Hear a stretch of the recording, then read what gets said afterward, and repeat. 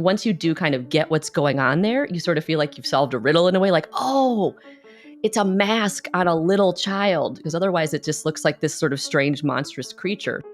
My name is Catherine Raff, and I'm the Elizabeth McIlvaine Associate Curator of the Arts of the Ancient Mediterranean and Byzantium.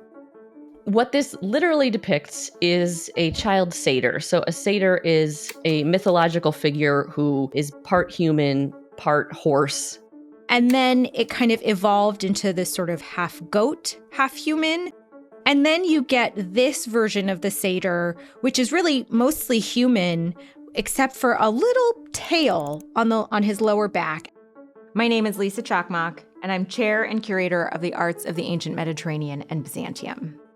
This figure most likely would have been displayed with at least one other figure falling back, frightened by his gesture and by the mask.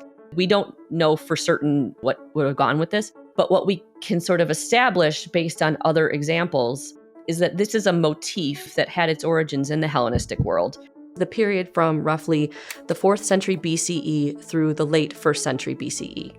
The fact that it's in the round is really interesting because it shows that somebody wanted this presumably to be displayed in such a way that you could move around it, to sort of take it all in and make sense of it. It's entirely possible wherever this was displayed, there could have been other sculptures or other artworks that would have helped contextualize this and maybe make it clear that this is a satyr.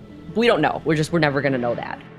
It was found in the city of Rome, and it has this incredibly interesting story, which is the other thing that makes this particular sculpture so special, is that we know that it was excavated out of the ground between 1620 and 1623.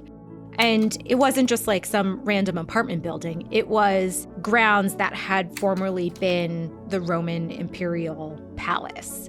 In antiquity, this is a space that was known as the Gardens of Sallust, and that is a place where a number of other really outstanding textbook quality sculptures were found. If you look through the eye holes of the satyr mask, you will see that the little satyr's face is carved. That means that that sculptor had the technical ability to sort of create a second surface behind that first surface, which is really a virtuoso or sort of tour de force skill level here. I mean, this is something that we don't just see every day. I think that ancient Greece and ancient Rome can sometimes feel very serious. We always seem to read it through a certain set of lenses. Emperor portraits and their soldiers and their heroes. But this is like, no, they were also really, really funny. And so what I love about this sculpture is that I think this helps people understand that. Like, this is meant to be playful and humorous and clever. It's just fun. He's just enjoyable, and I think everyone loves a good laugh, and the Romans did too. Yeah, he's a delight.